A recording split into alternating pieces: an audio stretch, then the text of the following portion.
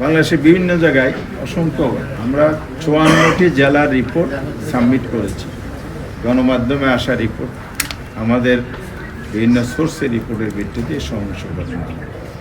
আমাদের আমিরে জামাত 11 দলের মিটিং করে গত পরশুদিন প্রেস ব্রিফিং করে স্পষ্ট করে দিয়েছে যে সহিংসতা বন্ধ করে, বন্ধ যদি আপনারা না করেন তাহলে আমরা রাজপথে নামতে বাধ্য। আমাদের 11 দলের সিদ্ধান্ত হয়েছে পার্লামেন্টে আমরা গঠনমূলক বিরোধী দলের ভূমিকা পালন করব, দেশ এবং জাতির স্বার্থে কথা বলবো, আমাদের বক্তব্য তুলব, দেশ গড়ার জন্য আমাদের বাংলাদেশ, দেশকে আমরা ভালোবাসি, দেশকে আমরা পিছনে নিতে চাই না, সামনে নিতে চাই। সেই সেন্টিমেন্ট থেকে আমরা কাজ করার জন্য, ভূমিকা পালনের জন্য প্রস্তুত আছি ইতিবাচক। কিন্তু যদি এই ধরনের সহিংসতা অব্যাহত থাকে তাহলে অবশ্যই দেশ আবার পিছনের দিকে যাবে। আমরা কোনো অপশক্তির হাতে, যারা ষড়যন্ত্র করে দেশকে অস্তিত্ব সৃষ্টি করে গণতন্ত্রের অভিযাত্রাকে ধ্বংস করার পায়তারা করবে, সে জায়গায় আমরা আপোষহীন থাকব। এই জন্য প্রয়োজনে আমরা রাস্তায় নামতে বাধ্য।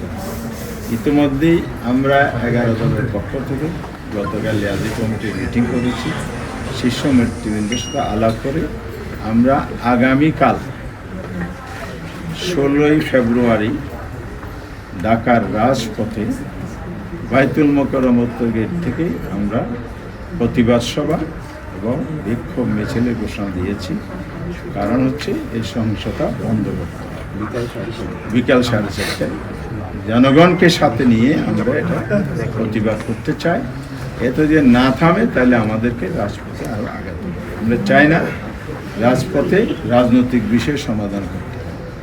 দেশে একটি পার্লামেন্ট গঠিত হয়েছে, হয়তো 2 দিন পরে শপথ হবে।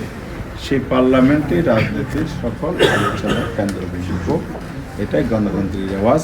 ফলে কাছার নতুন দ্বারা আমরা তৈরি করতে চাই।